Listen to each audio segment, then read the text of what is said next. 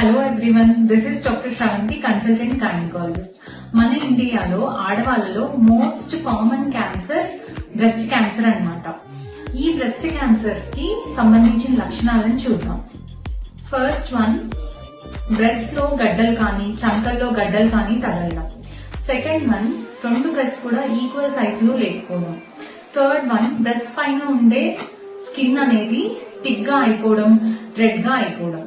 Fourth one, breast పైన ఉండే skin లో పక్కరింగ్ ఆర్ డింప్లింగ్ చూడటం. ఫిఫ్త్ వన్, నిపుల్ నుంచి డిశ్చార్జ్ రావడం, ఐదర్ వాటరీ డిశ్చార్జ్ కానీ కొన్నిసార్లు బ్లడ్ లాంటి డిశ్చార్జ్ కూడా. అండ్ సిక్స్త్ వన్, నిపుల్స్ అనేవి బయటకు ప్రొట్రూడెడ్ గా ఉండకుండా రిట్రాక్ట్ అవ్వడం. ప్రతి ఉమెన్ కూడా పీరియడ్స్ అయిపోయిన తర్వాత every month self breast examination చేసుకోవాలి.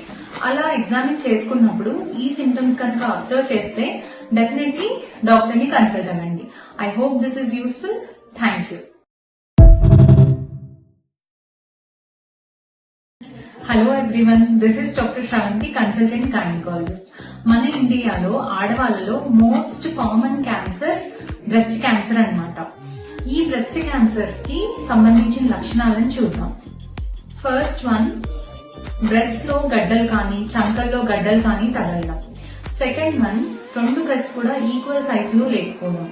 థర్డ్ వన్, బ్రెస్ట్ పైన ఉండే స్కిన్ అనేది థిక్ గా అయిపోవడం, రెడ్ గా అయిపోవడం.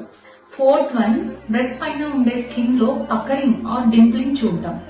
ఫిఫ్త్ వన్, నిపుల్ నుంచి డిశ్చార్జ్ రావడం, ఐదర్ వాటరీ డిశ్చార్జ్ కానీ కొన్నిసార్లు బ్లడ్ లాంటి డిశ్చార్జ్ కూడా.